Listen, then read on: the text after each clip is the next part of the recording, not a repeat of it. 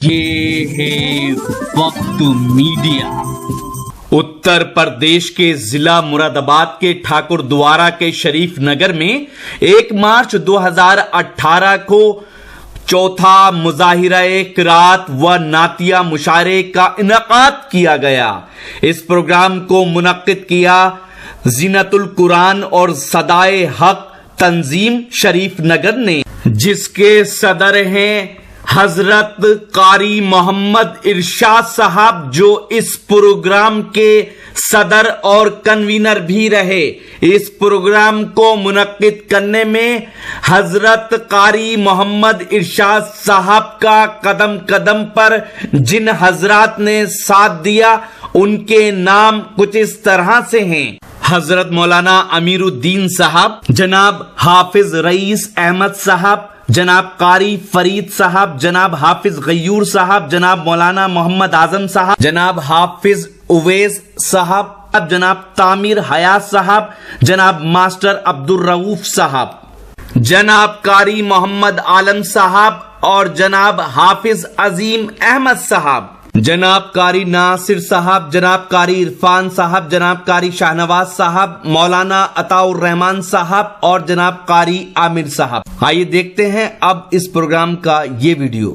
اچھے انداز میں پڑھ سکوں شعر دیکھیں کے بعد ایک شعر 4 مصرے سن لیجئے کہ بلالی رنگ ہے اپنا گلابی ہو نہیں سکتا۔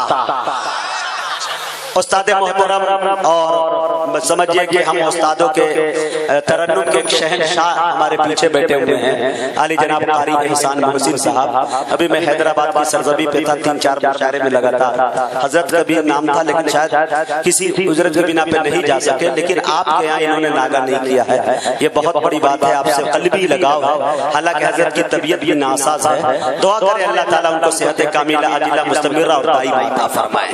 شعر دیکھیں حضرات کہ بلالی رنگ ہے اپنا گلابی ہو نہیں سکتا، کوئی بھی عالم و حافظ فسادی ہو نہیں سکتا۔ بلالی رنگ ہے اپنا گلابی ہو نہیں سکتا، ارے کوئی بھی عالم و حافظ شرابی ہو نہیں سکتا۔ ارے دھماکے جو بھی کرتے ہیں کوئی اور ہی ہوں گے، غلام مصطفیٰ آتنکوادی ہو نہیں سکتا۔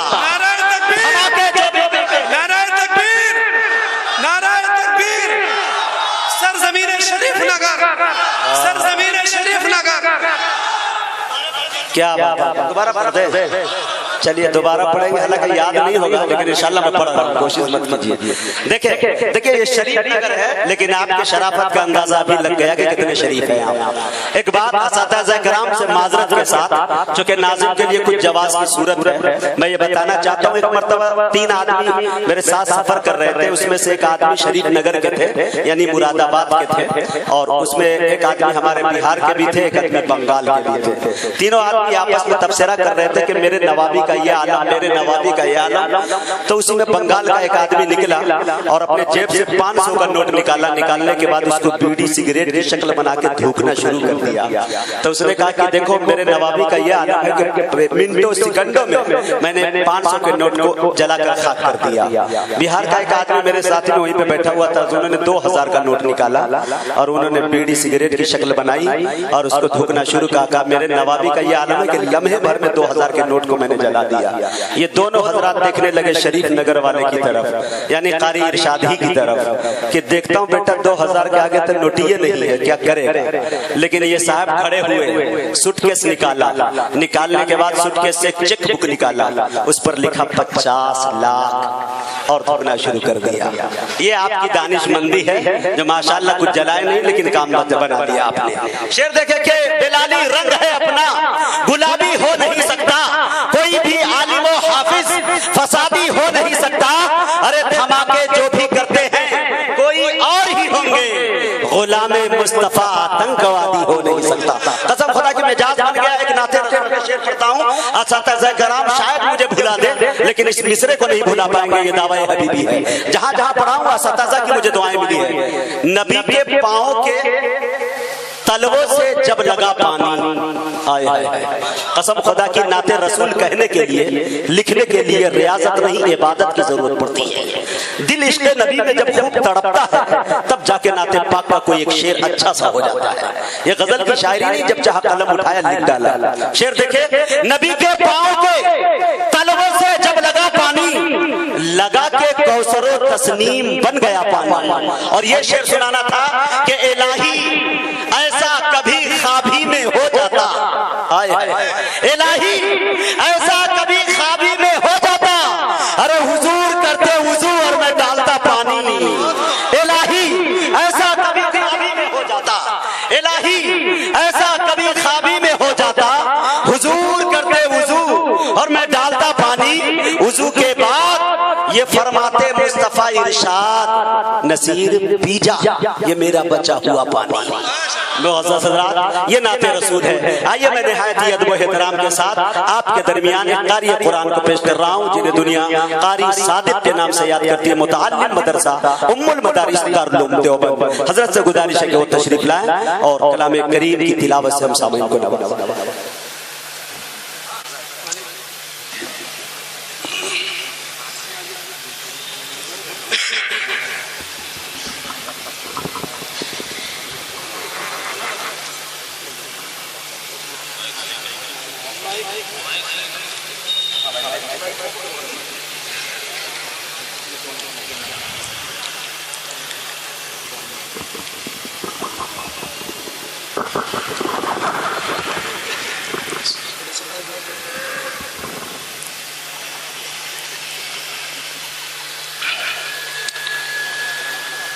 أعوذ بالله من الشيطان الرجيم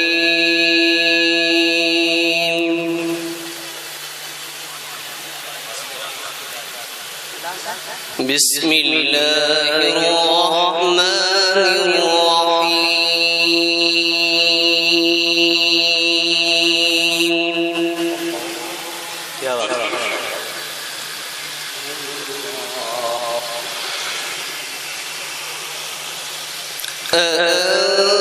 أأنتم أشد خلقا أم السماء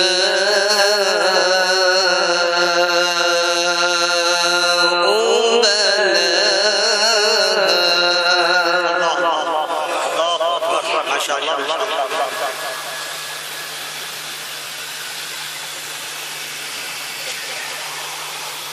رفع سمكها فسواها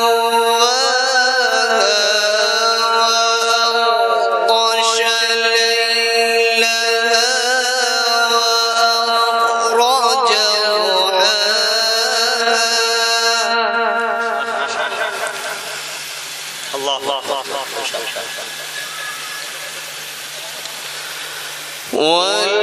والأرض بعد ذلك دحاها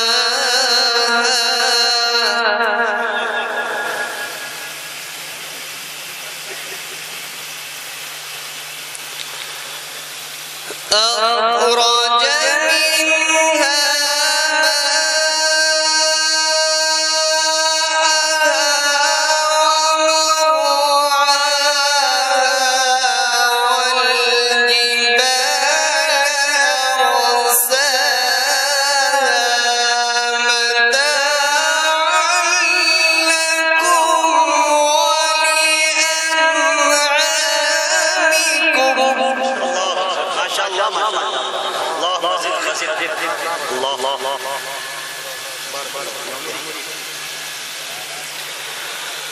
فإذا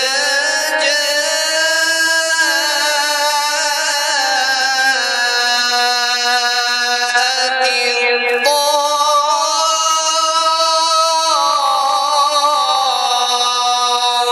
الطامة الكبرى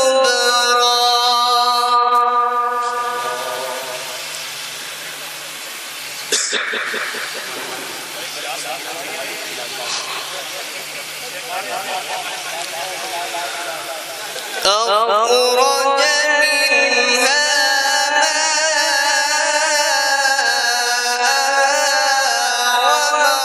ومرعاها والجبال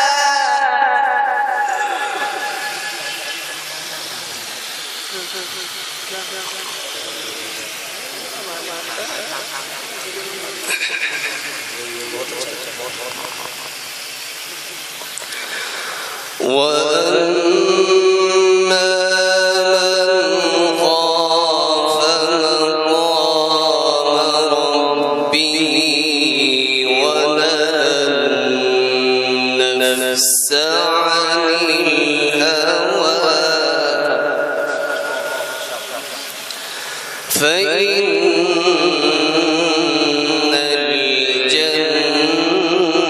الجنة هي المأوى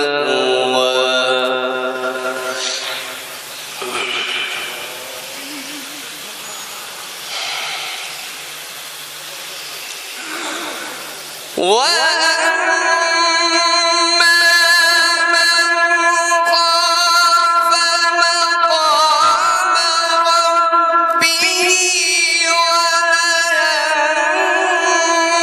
النفس عن الهوى فإن الجنة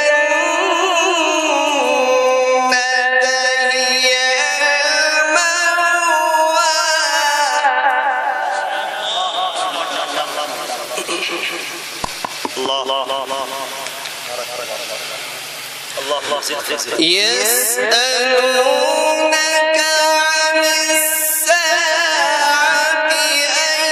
أيان مرساها فيما أنت من ذكراها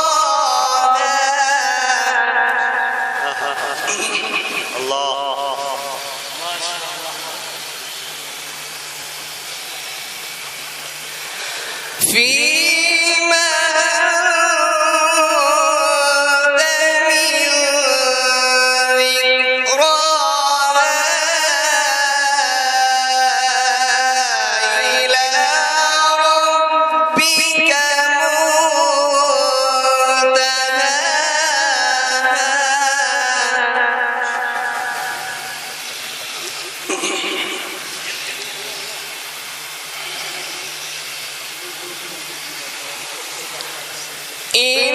إنما أنت منذر من يخشاها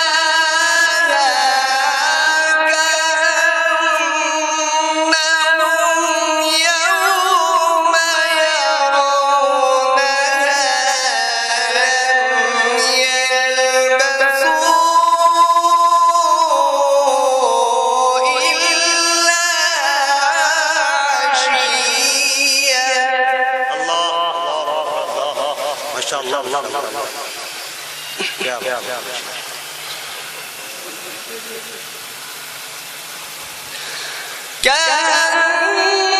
كأنهم يوم يرونها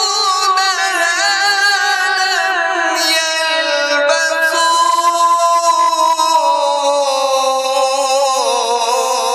إلا عشية أو ضحاها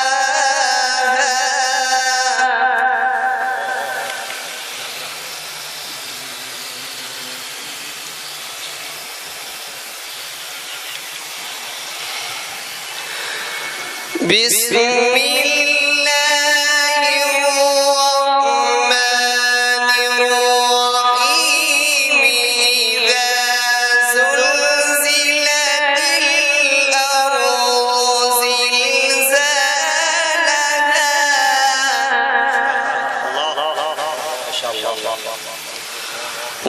وأخرجت الأرض أثقالها وقال الإنسان ما لها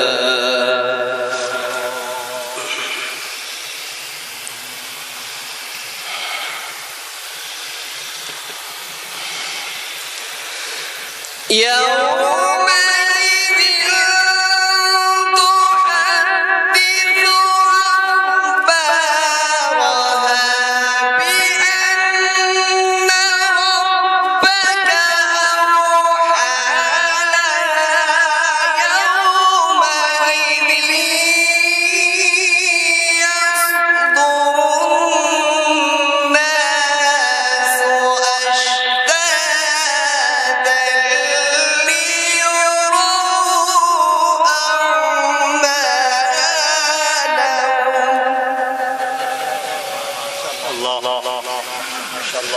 فمن يعمل مثقال ذرة خيرا يره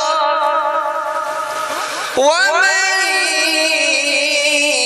يعمل مثقال ذرة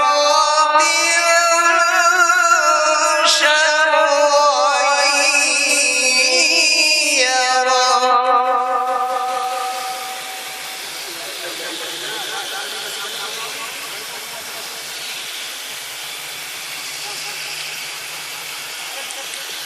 بسم الله الرحمن الرحيم.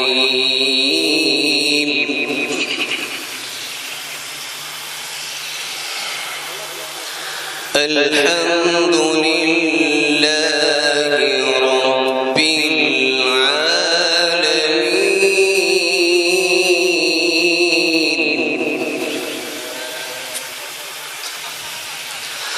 الرحمن الرحيم مالك يوم الدين.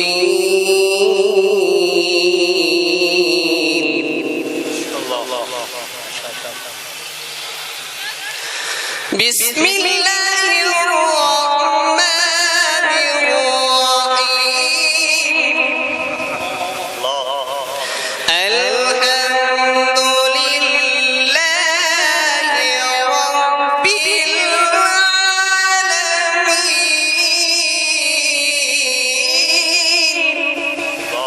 ما شاء الله. الرحمن الرحيم مالك يوم الدين.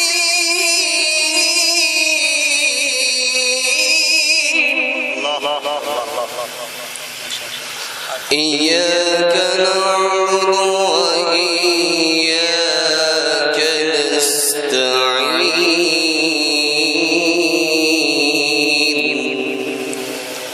اهدنا الصراط المستقيم صراط الذين أنعمت عليهم.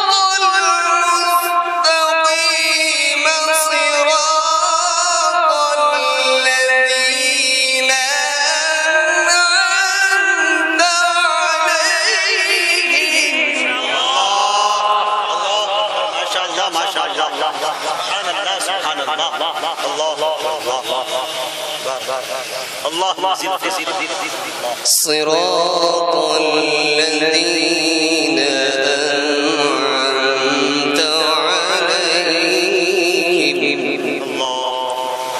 غير المغضوب عليهم ولا الضالين.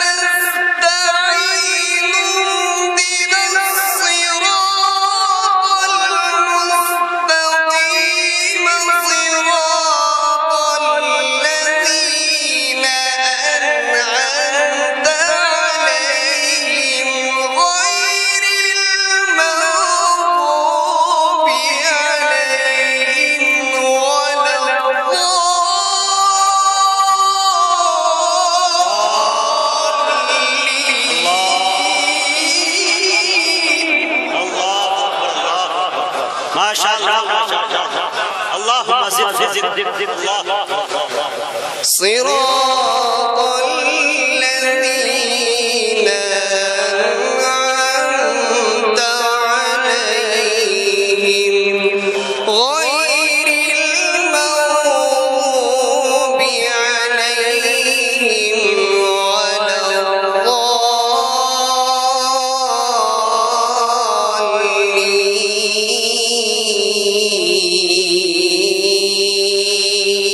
الضالين صدق الله العظيم.